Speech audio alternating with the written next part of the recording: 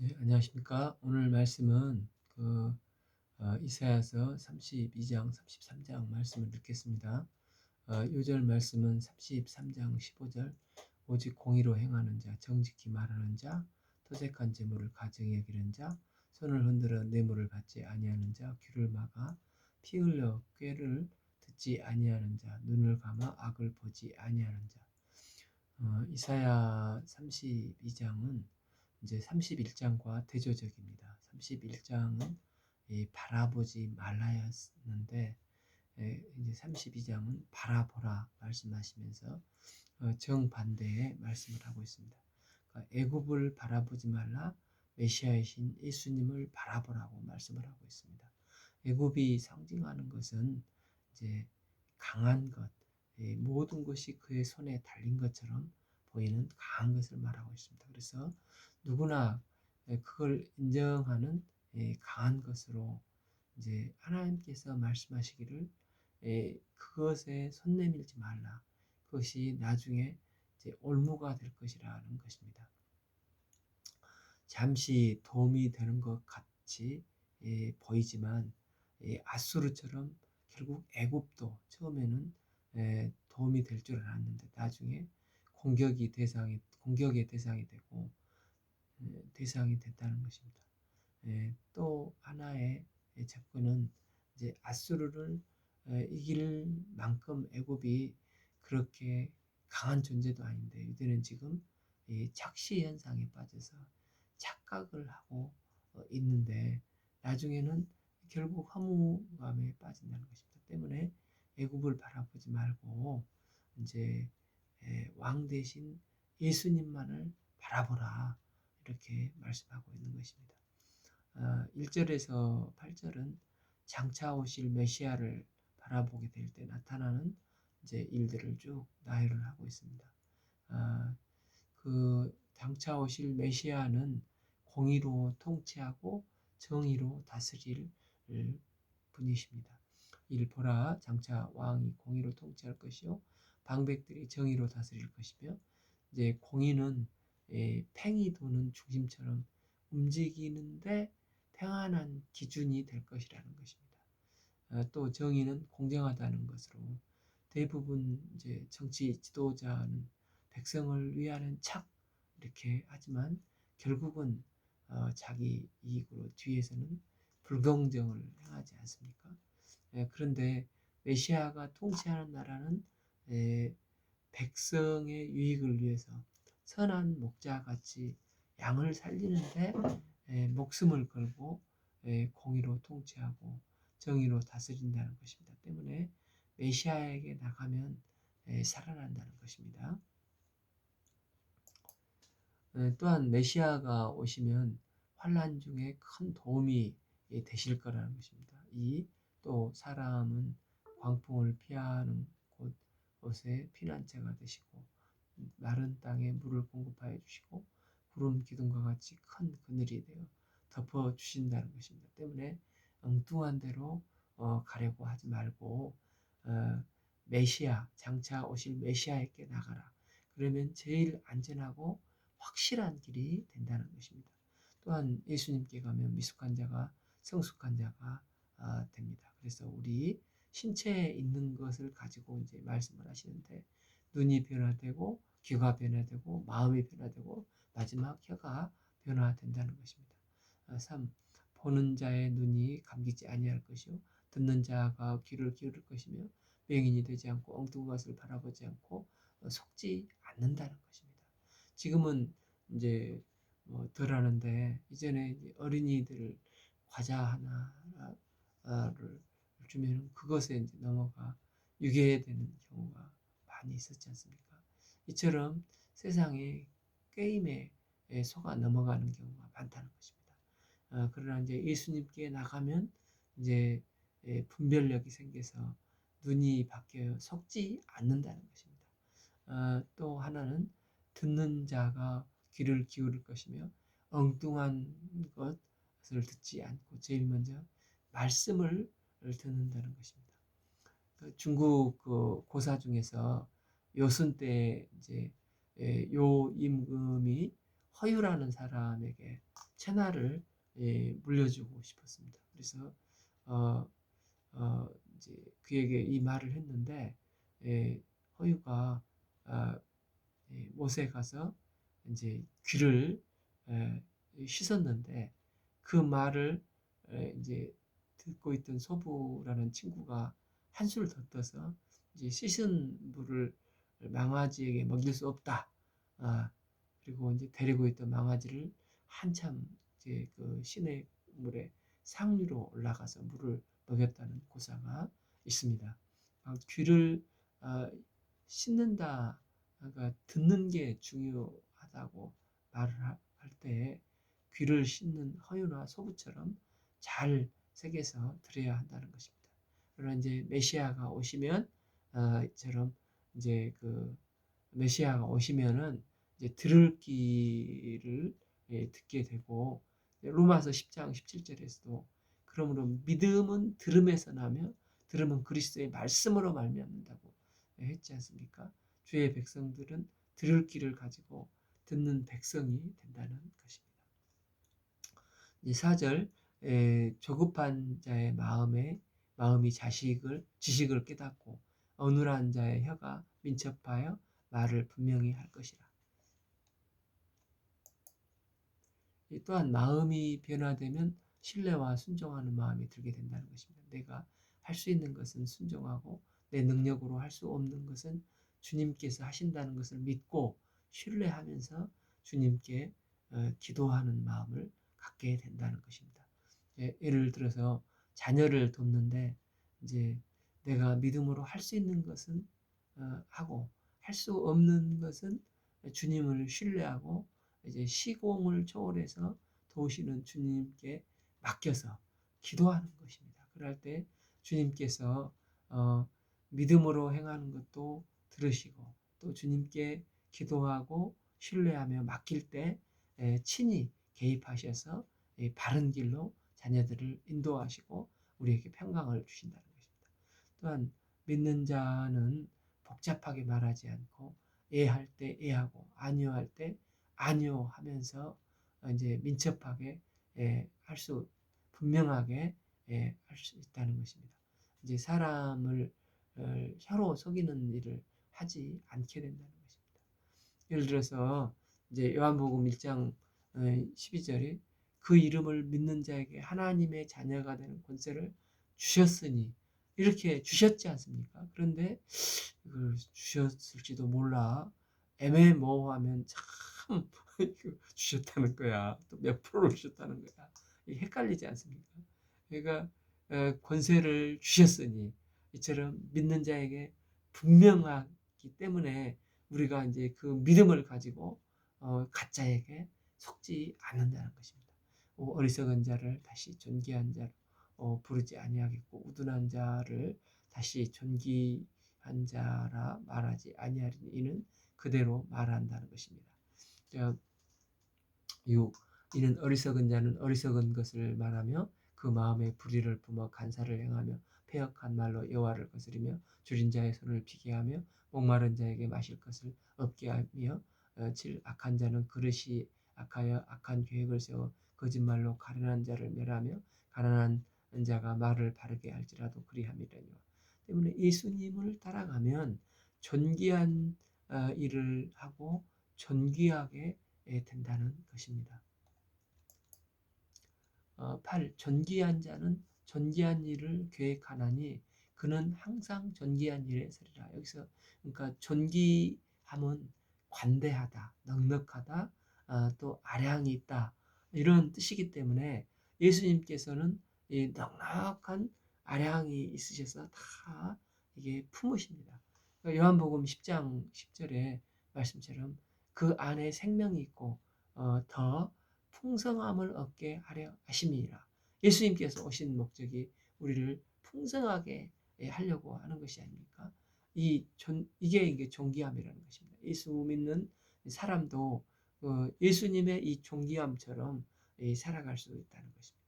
예수님을 따라가면 그래서 인색하지 않고 넉넉하고 풍성해지고 이제 믿음의 행동을 하고 또 순종할 수 없는 것은 이제 기도 가운데 주를 신뢰하고 맡기고 그러면 안식이 이루어지고 하나님이 친히 개입하셔서 이제 이 완성을 해 가시는 것을 경험하는 삶을 살게 된다는 것입니다.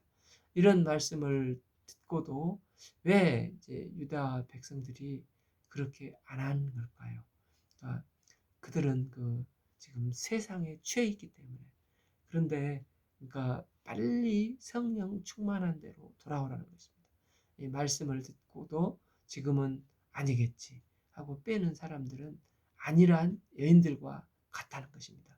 9절 너희 안일한 여인들아 일어나 내 목소리를 들을지어다 너희 염려 없는 딸들아 내 말에 귀 기울지라 다 깨어나 이제 성령에 이제 취하라는 것입니다. 10절 너희 염려 없는 여자들아 1년 남짓 지나면 너희가 당황하리니 포도 수확이 없으며 열매를 거두는 일이 이르지 아니할 것임이라. 그러니까 이제 준비 없이 뭐 되겠지 뭐 이렇게 안일하게 신앙생활하는 자에 대한 경고의 말씀입니다. 11 너희 안일한 여자들은 뜰지어다 너희 염려 없는 자들은 당황할지어다 옷을 벗어 몸을 드러내고 배로 허리를 동일지어다. 그들은 이제 세상에 취해 있기 때문에 하나님의 말씀을 듣고도 이제 뭐 긴장감이 없이 뭐 설마 이렇게 하면서 신앙이 무감각해지고 그냥 좋은 게 좋다는 것처럼 안이하게 이렇게 산다는 것입니다.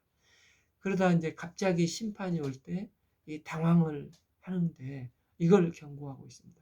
우리의 이제 믿음이 차지도 않고 뜨뜻미지근하게 양다리 걸치는 신앙 제세가 있다면 하나님의 심판이 있습니다. 그러니까 지금 회개하고 돌이켜야 한다는 것입니다. 12 그들은 좋은 밭으로 인하여 열매를 많은 포도로 인하여 가슴을 치게 될 것이라. 13 내 백성의 땅에 가시와 찔레가 나며 히라 그 성읍 기뻐하는 모든 집에 나리니 4 대적 궁전이 패한 바 되며 인구 많던 성읍이 장막하게 되며 오벨과 망대가 영원히 구렬이 되며 들나귀가 즐기는 곳과 양떼의 초장이 되려니와. 그러니까 띠뜻미지간 이런 신앙은 언젠가 하나님께서 심판하신다는 것입니다. 이처럼 철저히 이제 심판을 하시는데 그럼 이런 뜨뜻미지근한 신앙이 언제 변화가 됩니까? 성령을 받을 때 그렇게 된다는 것입니다.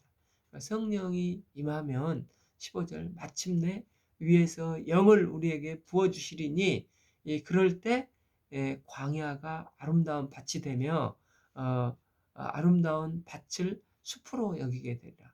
그러니까 메시아가 오셔서 우리에게 성령을 부어주시면 엄청난 변화의 역사가 이루어진다는 것입니다. 우리가 이제 인간적인 연약함 속에서 마치 광야 같고 사막길 같은 일을지라도 이제 옥토가 되어지고 그 밭에 이제 심겨지는 이제 그 광야가 숲이 된다고 민둥산이 숲이 되는 것을 말씀하고 있습니다. 16 그때 정의가 광야에 거하며 또 공의가 아름다운 밭에 거하리니 17 공의의 열매는 화평입니다. 공의의 결과는 영원한 평안요 안전입니다. 18 내 백성이 이제 화평한 집과 안전한 거처와 조용히 쉬는 곳에 있게 되는 것입니다. 19 그 숲은 우박에 상하고 성읍은 파괴되리라. 또한 성령이 임하면 우리가 이제 능력을 얻게 되고 우리가 죄에 대해서 의에 대해서 심판에 대해서 깨닫게 된다는 것입니다. 또한 하나님의 마음을 알게 되어서 우리의 좋은 옥토가 되면서 이제 천국의 기쁨을 누리는 삶을 살게 된다는 것입니다. 이신 모든 물가에 씨를 뿌리고 소와 나귀 그리고 모든 너희는 복이 있으리니 메시아가 오셔서 성령 충만하면 안일에 빠져 있지 않고 이처럼 이제 성령에 취하게 되어서 정의와 공의가 이루어지고 그것이 어떤 곳이라 할지라도 아름다운 밭이 되고 숲이 되고 이런 일들이 일어나게 된다는 것입니다. 이제 이사야 33장은 위기와 어려움이 있을 때 하나님께 기도하면 주님께서 승리를 주신다는 것입니다. 1절, 6절이 이제 핵심이라고 할 수가 있는데, 이제 현실상으로 대적인 아수르가 예루살렘을 포위했을 때 하나님께 은혜를 구하는 모습이 있습니다. 그러니까 아수르가 이제 유대와 이 불평등 죄악이지만 많은 조공을 이제 유대가 바침으로 겨우 이제 평화 협정을 맺고, 이제는 이제 협정을 맺었으니까 유대는 안심하고 있었는데, 갑자기 아수르가 그 협정을 일방적으로 폐기하고 마치 참 대군을 거느리고 침공을 해서 이제 악하고 강한 이 아수르 앞에 놓인 유다의 상황을 배경으로 하고 있습니다. 유다는 이때 너무 강하고 악한 이 아수르를 만났는데, 그들이 할 수 있는 것은 아무것도 없고 다만 부들부들 떨듯이 무력감에 빠져 있는 것입니다. 1. 너 학대를 당하지도 아니하고 학대하며 속이고도 속임을 당하지 않은 자여, 화 있을진저 내가 확대하기를 그치면 내가 학대를 당할 것이며 내가 속기를 그치면 사람이 너를 속이리라. 그러니까 아수르가 이렇게 나쁜 짓하고 속이고 이유 없이 다시 공격을 했는데, 하나님께서는 반드시 화 있을지언정 사필 규정으로 내가 학대하기를 그치면 내가 오히려 학대를 당할 것이라고 말씀하십니다. 그들에게 되돌아가게 될 것이라 말씀하고 있습니다. 그리고 저렇게 악한 아수르가 승승장구하는 것 같은데, 아무것도 할 수 없는 것 같지만, 이럴 때 하나님의 백성은 전능하신 하나님을 의지하고 그분의 은혜를 구해야 한다는 것입니다. 은혜가 무엇입니까? 하나님께서 위로부터 값없이 주시는다는 것이 아니겠습니까? 그러니까 하나님을 신뢰하고 기도하면 내가 일하는 게 아니라 그때부터 하나님께서 전능하신 하나님께서 일을 하시게 됩니다. 그래서 이 하나님을 구하면 하나님께서 도우신다는 것입니다. 이 여호와여 우리에게 은혜를 베푸소서. 우리가 주를 앙망하오니 주는 아침마다 우리의 팔이 되시며 환난의 때 우리의 구원이 되소서. 팔이 되신다는 것은 이제 찬송가에서도 주의 친절한 팔에 안기세. 그러니까 내가 주님의 능력을 의지한다는 것이 아닙니까? 주님, 나는 지금 팔이 없는 자같이 아무것도 할 수 없는 자입니다. 나의 능력이시고 나의 팔이 되신 주님께서 나의 팔이 되어 주십시오. 내가 아무것도 못할 때 주님을 신뢰하면 주님은 나의 팔이 되어 주시고 내 대신 일을 해주시는 것을 해주신다는 것입니다. 3절 요란한 소리로 말미암아 민족들이 도망하며 주께서 일어나심으로 말미암아 나라들이 흩어졌나이다. 그러니까 내 힘으로 안 될 때 하나님을 신뢰했더니 하나님께서 일하기 시작하셔서 이제 결국 역전이 되어서 민족들이 도망하고 주께서 일어나심으로 나라들이 흩어지게 되었다는 것입니다. 우리는 이제 대적이 너무 강하고 약해서 내가 뭘 할 수 있는가, 깊은 무결하게 빠지거나 또 내가 할 수 없는 것에 대한 이런 절망감 속에서 막 분노가 생길 수가 있습니다. 그러니까 이런 분노가 생기는 것은 내가 이 문제를 해결해야 되는데 어찌 하지 못하니까 마치 그 엔진이 과부하로 뜨거워지듯 과열이 되어서 분노가 생기는 것입니다. 그러니까 내가 할 수 없는 것인데 내가 하려고 하면은 안 되는 것입니다. 이때 우리는 돌이켜서 하나님 앞에 회개하고 내가 하려고 했던 것을 회개하고 전능하신 하나님을 전적으로 신뢰하고 그분의 은혜를 간절히 구할 때, 그럴 때 주님께서 친히 개입하셔서 주님의 일을 하신다는 것입니다. 하나님을 신뢰할 때 이제 그럴 때 열받는 온도가 떨어지고 긴장이 이제 안정이 되고 하나님께서 그때부터 일을 하기 시작하시는 것입니다. 우리가 이제 아수르 같은 대적 앞에서 절망하지 않고 좌절하지 않고 이제 상황을 뛰어넘어서 도우시는 하나님을 신뢰하고 이제 내가 하려고 하지 말고 하나님을 신뢰하고 하나님께 은혜를 구하는 기도의 삶을 살 때 주님은 반드시 우리에게 도우시는 것을 보게 됩니다. 그러니까 이제 뒤에 그 37장을 보면 아수르는 이제 포악한 18만 5천의 대군으로 예루살렘을 포위하고 있습니다. 여기서 유다가 이제 인간적으로 할 수 있는 게 아무것도 없었습니다. 지금 병력도 없고 마병도 아무것도 없습니다. 그때 히스기야가 했던 일이 무엇입니까? 전능하신 하나님, 이제 이사야의 말을 듣고 전능하신 하나님을 전적으로 신뢰합니다. 그래서 항복을 요구한 아수르의 이 문서를 들고 하나님 전에 나가서 밤새 눈물로 통곡하며 기도를 합니다. 하나님 도와주십시오. 은혜를 베풀어 주십시오. 우리 민족을 건져 주십시오. 간절히 하나님께 기도합니다. 그랬더니 선지자를 보내주셔서 하나님께서 어떤 응답을 주십니까? 이사야서 37장 34절 그가 오던 길로 곧 돌아가고 그 성에 이르지 못하리라. 나 여호와의 말이라 말씀하십니다.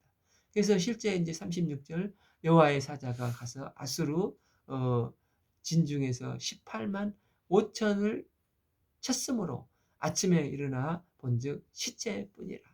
그러니까 마귀는 합리성을 드러내면서 끊임없이 불신과 두려움을 심지만 하나님을 전적으로 신뢰하고 하나님 앞에 기도하면 주님은 이처럼 반드시 우리를 도우시는 분이시라는 것입니다. 황충의 때같이 사람이 너희의 노량물들을 먹을 것이며 메뚜기같이 뛰어오름같이 그들이 그 위에 뛰어오르라. 오 여호와께서는 지극히 존귀하니 그는 높은 곳에 거하시며 정의와 공의로 시온에 충만하게 하십니다. 내 시내에 평안함이 있으며 구원과 지혜와 지식이 풍성할 것이니 여호와를 경외함이 내 보배니라. 그러니까 하나님을 믿고 의지하는 게 너의 보배가 된다는 것입니다. 그러니까 하나님을 경외한다는 것은 하나님을 믿음으로 신뢰하고 또 사랑하고 두려워하는 것입니다. 하나님을 경외함이 우리의 보배라고 말씀했었는데 우리가 이 보배를 품고 승리하는 삶을 살 수 있기를 기도합니다. 이제 그 7절부터 여호와의 그 친밀함이 중요하다는 것을 말합니다. 하나님과 친밀할 때 하나님을 이제 하나님의 말씀에 순종하게 되고 또 친밀할 때 하나님께 깊은 신뢰 가운데 기도하며 하나님의 도우심을 받지 않겠습니까? 보라 그들이 용사가 밖에서 부르짖으며 평화의 사신들이 슬피 곡하여 팔 대로가 황폐하여 행인이 끊어지며 대적이 조약을 파하고 성읍들은 멸시하며 사람들은 생각지 아니하며 구 땅이 슬퍼하고 세잔하며 레바논은 부끄러워하고 마르며 사로는 사막과 같고 바산과 갈멜은 나뭇잎을 떨어뜨리라. 그러니까 본래 레바논, 샤론, 바산, 갈멜은 다 기름지고 풍요로운 땅들인데 하나님의 심판과 재앙이 임하자 모두 사막같이 되고 이제 메말라 비틀어지게 된다는 것입니다. 여호와께서 이르시되 내가 이제 일어나며 내가 이제 나를 높이며 내가 이제 지극히 높아지리라. 그러니까 여기서 내가 이제가 이제 세 번이나 반복되는데 하나님께서 심판을 하시겠다고 굳은 결심을 표현을 하고 있습니다. 하나님은 이제 하나님께서 주권적으로 역사에 개입하셔서 이 모든 문제를 풀어가시겠다는 것입니다. 11절 너희가 결을 잉태하고 집을 해산할 것이며 너희의 호흡은 붙어 너희를 삼킬 것이며 그러니까 이제 그 문학적으로 표현을 하는데 이제 결을 잉태하고 이제 지푸라기를 앉는데 그 인생이 이처럼 헛되고 무익할 거라는 것입니다. 그러니까 이제 품으려면 이게 에, 결을 품지 말고 여호와의 말씀을 의지하고 여호와의 말씀을 신뢰하여서 그 기도 가운데 말씀에 순종하는 삶을 살아야 된다는 것입니다. 그럴 때 영원한 것을 품을 수 있게 됩니다. 12. 민족들은 불에 굽는 횃돌 같겠고 잘라서 불에 사르는 가스의 나무 같으리라. 그러니까 히브리서에서도 하나님을 이제 소멸한 불이라고 하셨지 않습니까? 여기서도 이제 불로 하나님을 묘사를 하고 있는데 하나님께서 쓸데없는 것은 다 불로 태워버리고 소멸해 버리시는 것입니다. 그러니까 하나님과 교제해서 남을 수 있는 거룩하신 하나님과 교제해서 남을 수 있는 것은 영원한 것들이고 하나님께서 남게 해주시겠다는 것입니다.